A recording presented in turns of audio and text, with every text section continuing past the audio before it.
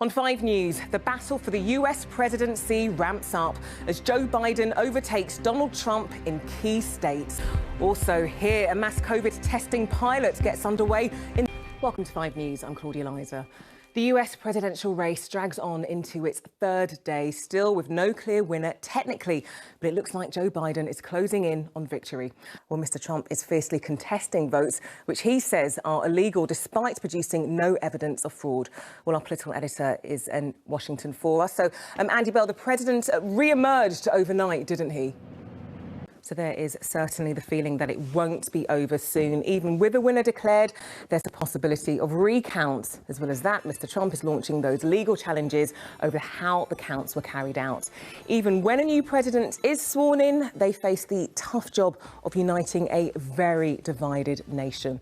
Well, Julian Druker is in Philadelphia for us now. And Julian, all eyes are on Pennsylvania. So, Julian, is counting there finally nearing its end? Political editor Andy Bell, who of course is in Washington. So Andy, bring us up to date. What is going on? Still to come on 5 News. See you after the break.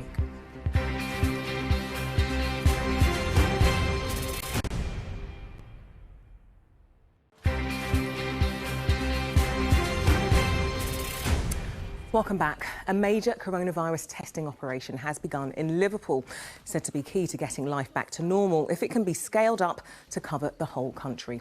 Anyone who lives or works in the city can get a test regardless of symptoms, with results in an hour. People are being encouraged to get checked so an accurate picture can be built of COVID-19 levels there. Tom Barton has been taking a look. A look at other news now, and more than 100 people were arrested in London during anti-lockdown protests on Bonfire Night. Few were wearing...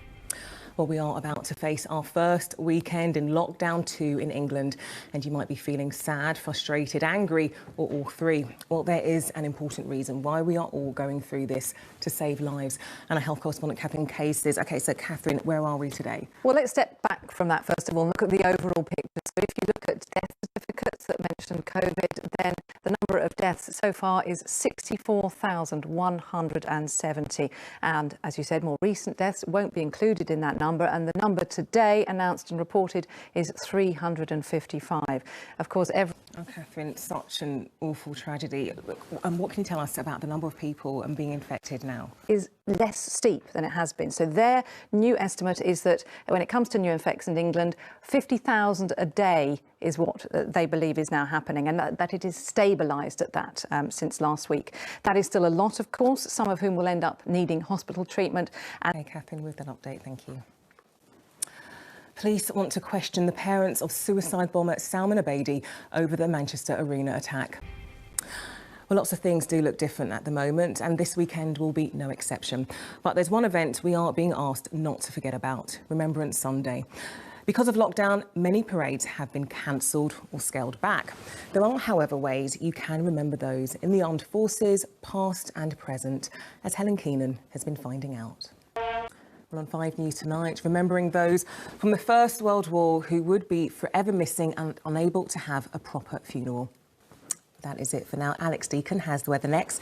Thanks for watching. We will leave you tonight, though, with a new recording of Abide With Me by the Military Wives.